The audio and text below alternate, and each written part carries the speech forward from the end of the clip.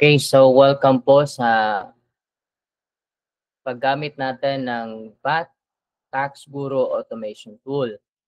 Yung makikita nyo po dito, ito yung dashboard kung saan magbibigay ito ng summary tungkol sa sales nyo per month, yung sales per week, expenses nyo, tsaka yung total profit. And then mayroon also helpful dito na graphs kung saan makikita natin dito yung monthly net profit. At dito rin sa dashboard, makikita natin yung quick access, like yung mga needed, yung mga tabs dito sa baba. So, pwede lang natin i-click dito. Okay, halimbawa, kung i-click natin, punta tayo doon sa journal. So, i-click nyo lang, then ito kaagad yung journal. And then, yung exciting dito, kasi is, alam natin, hindi lahat dito ng business owner, lalo na sa value-added tax, walang knowledge sa accounting.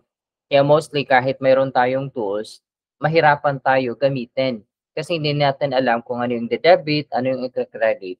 Na ngayon, tailored siya, ibig sabihin na kung ano yung transaction mo, yun lang yung idadagdag ko. Like, kung ano yung normal na transaction, kasi alam natin, pabalik-balik lang yung transactions. So, once na mayroon na tayong established na transaction, yung gagawin na lang natin doon is automatic na. So, paano ba gamitin ang Tax Guru VAT Bookkeeping Automation Tool? Simple lang, pipili po tayo dito ng date. Halimbawa, i-click nyo lang, usually, gagawin nyo dyan, 13. Then, ano ba yung transaction? So, naka-drop down na dito kung ano mga transaction. Halimbawa, transaction nyo dito is, halimbawa, nag-benta tayo sa various customer. So, since various customer, ilalagay lang natin, various customers. Then, lagay nyo dito kung ano yung account number, yung sa SI invoice number, 0014. Ayan.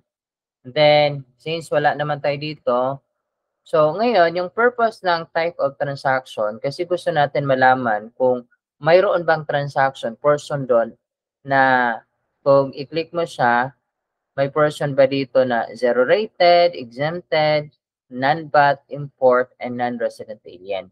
So once na mayroon po tayo dito, so dito nyo ilalagay magkano.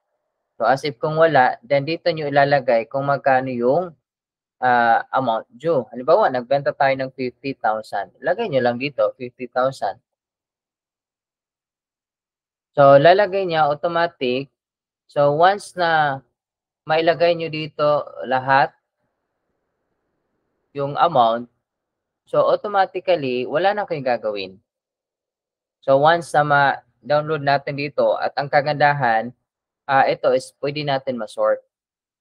Masort nyo ito para yung date niya kahit nauna yung pag-entry nyo dito mga expenses o di kaya mga pag-entry nyo mga expense, mga sales. So kahit dyan saan yung mauna, so kung gusto mo na dito chronological yung dates, automatic, madali lang yan. So gagawin mo lang dito is isusort lang. Okay? Sort lang yan. Then next, once na ma-input natin lahat, ito po yung mga entries natin. Meron tayong general ledger, meron po tayo ditong sales journal, meron po tayo ditong purchase journal.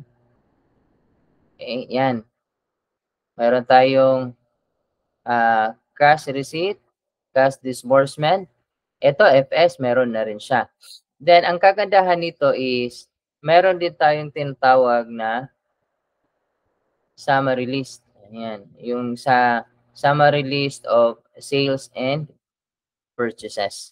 So, dito na natin siya makikita. Ito yung summary list. So, automatic na siya. So, pag mag-battery leave kayo, okay nyo lang dito kasi ito yung mga information na kailangan natin. And then, yung 2550Q. So, kung ano yung naka-format ngayon, lalo na yung sa bagong form, automatic, ito na yung gagamitin natin. And then, kung mapapansin natin, so automatic din siya, naka-program kung magkano dito yung domestic, yung quotable sales, so magkano dito yung purchases, lahat na yun, automatic. And then, may 1701. So, kaya, yun, simple lang gamitin ninyo. So, kung gagamit kayo dito ng tool, ito lang dito sa journal, yun yung ilalagay nyo yung interest. So the rest, wala na kayong gagawin kasi automatic na siya.